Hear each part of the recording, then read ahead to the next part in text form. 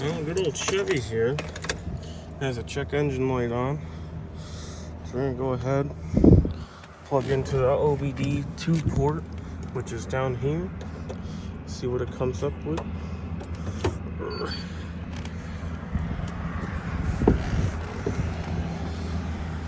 Alright, so there's a P0442, which is actually on there twice. So that's the two codes that it's showing. That means it's a stored code.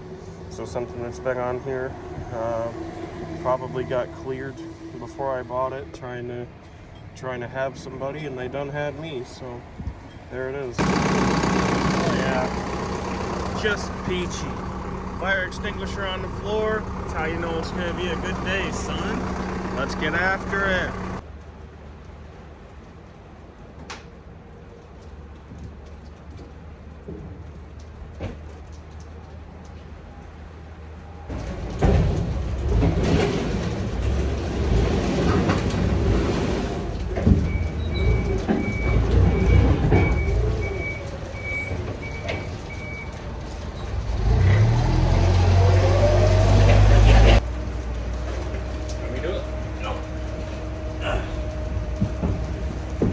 Boy, Stephen.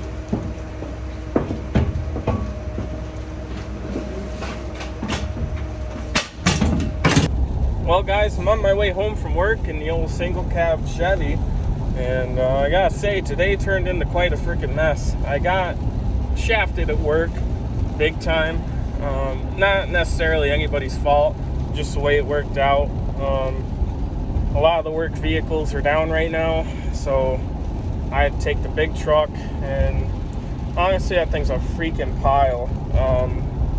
It just wasn't fun. I had a lot of really heavy stuff that I had to move around, and a lot of returns, and just all sorts of stuff that was going every which way.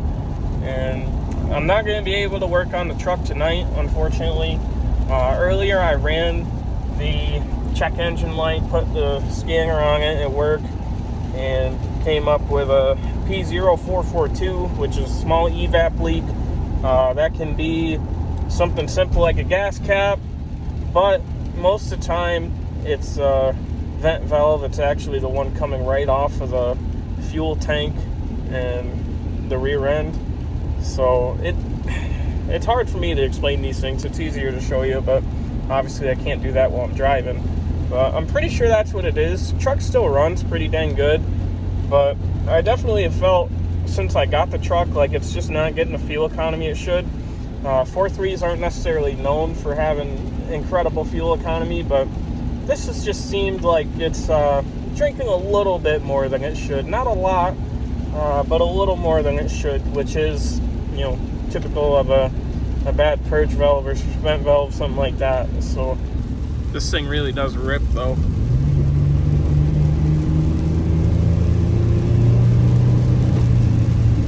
For just being a little 4.3, you know, it gets humming right along. I will check out Sunday was a slap in the face, and Monday was a kick in the nuts. Put that on a t-shirt. But yeah, I am gonna check out the fuel cap and see how that looks. It would be cool if I could get away with something like that. There's two different purge valves or vent valves. I mixed the two of those up, guys. Some people get all offended about it. They're like, "Oh my gosh, it's not purge valve, it's vent valve. It's not vent valve, it's purge valve." You know, same difference, I guess. But there's two different ones. There's a 1 port and there's a 2 port. The 1 port is what comes factory, and that's the problematic one, pretty much. It gets filled up with road gunk and goes bad. The 2 port is an upgraded version, and it's pretty much just got a filter higher up that it runs through, so it, you know, filters out a bit more junk, doesn't get crudded up quite like the 1 port does. Now there's a bit of a price difference. The 1 port is $31.99 and the 2 port was like $82.99 or something. So like a $50 difference. And you know, I'm gonna do the one port. A lot of people are gonna be like, you know, why? If you have the option to get the better one, why would you not get the better one? And the reason being, you know, great truck, amazing truck. The headliner isn't great, but the rest of the truck is immaculate. And I would like to get the upgraded one, but I don't know if I'm actually gonna keep this truck. Obviously, I'm gonna drive it through the winter months and whatnot, but once it gets warmer out, I've got some more money saved up. I might be looking into getting rid of it and upgrading. If I end up keeping the truck, you know, goes bad again, I'll know to get the upgraded one. For now, I think the one port will be fine. I have a license plate light out that I've got to change to. I don't do a lot of driving at night, to be honest. Usually when I get out of work, I go home and I stay there. So it hasn't been a real big deal for me, but I do want to change that. The bulbs come in a 2-pack, and I've got 2 of them, so I'm gonna change both of them probably tomorrow. But for right now, it doesn't matter. All I want to do is go inside and hang out. I'm over it. I'm over it, man. Well, it's the next day. Yeah, just got out of work. Monday was hectic, crazy, ran super late, and then today the morning started off pretty crazy, and I thought I was having a repeat day, and then everything just stopped, and it was like at a standstill. Had next to nothing to do for a couple hours, so yeah, pretty lame. But I'm gonna go stop at the auto parts store and pick up you know, evap part, fucking vent valve, whatever, for this thing, and hopefully go home and change it lickety split just like that. But we'll see how that goes, huh? All right, just got home. I hit up AutoZone, got the part that I needed. I actually used to work at AutoZone, which is why I'm so familiar with this. I used to sell them all the time, and I'm pretty convinced this is my problem. So here it is, not much to it. Like I said earlier, this is the one port, so it only has a single port that the line slips onto. You know, kind of wanted to get the upgraded one, but it's Christmas time, so money's a little tight, and you know, I guess if it goes bad, I know next time, you know, I gotta get the upgraded one instead of this one, but whatever. Alright, so that's what we're looking at, right above the rear pumpkin here. Just chillax and see one electrical connector, little hose, and then she's back in action, it looks like. So let's try and pop this connector off real quick. Yeah, it's a great angle for you guys, huh? Just like that. And then I think it kind of snaps in on the side or something. I have to see if I can get a better look at that.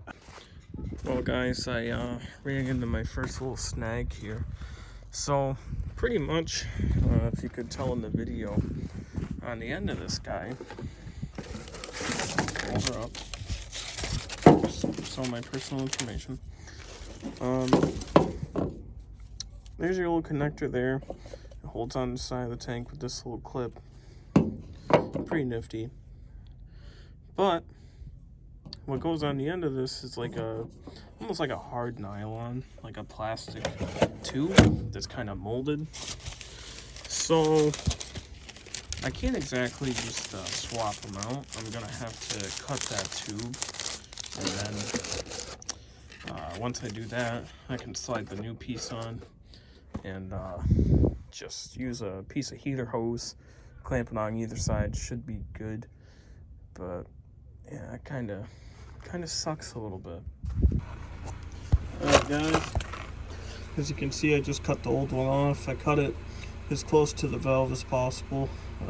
That way I got more material to work with. Stuck the hose on there, and now I'm going to go ahead, I'm going to put the new one on and get it all hooked up, and then I'll cut that piece of rubber hose. That's a 5/8 piece of hose, so I'll cut that down to whatever length I need it to be, and then we should be good.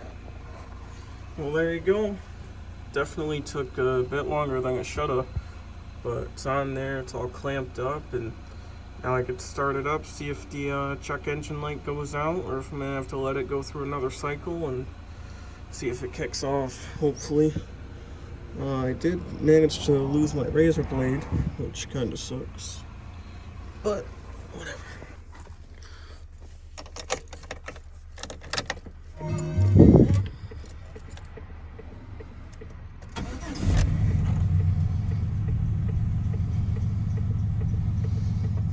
Yeah, still on. Might have to try clearing it. Alright guys, quick little conclusion here. As of right now, I don't know if that fixed my problem or not. I don't have a reader here at home, so I can't clear the code. I'll have to wait till tomorrow when I get to work and then do some driving around, try to put 50 to 100 miles on it, get that computer to reset, get the monitor set, and see if it pops off or not. Generally, if you have a evap issue, you know, if it's not like the gas cap or anything, it's usually a good idea to get it smoke tested. I chose not to do that because getting it smoke tested costs about $80, and for me to replace that valve, it was like 40 maybe. And I'll be honest, the one that was on there looked like garbage, so I feel pretty strongly that's probably what it was. And even if it's not, I'm not necessarily going to be upset, just because if it wasn't bad, it was going to go at some point anyway. So definitely better to play it safe on that, I guess. Even though I'm trying to save money, I'd rather have new parts, right? So I guess if that's my problem, I'll make an update video, let you guys know. But I'm pretty confident, because I've only got a couple days left on my 10-day inspection, and then I'll be in trouble. So we're gonna hope that did it. But appreciate you guys watching the video.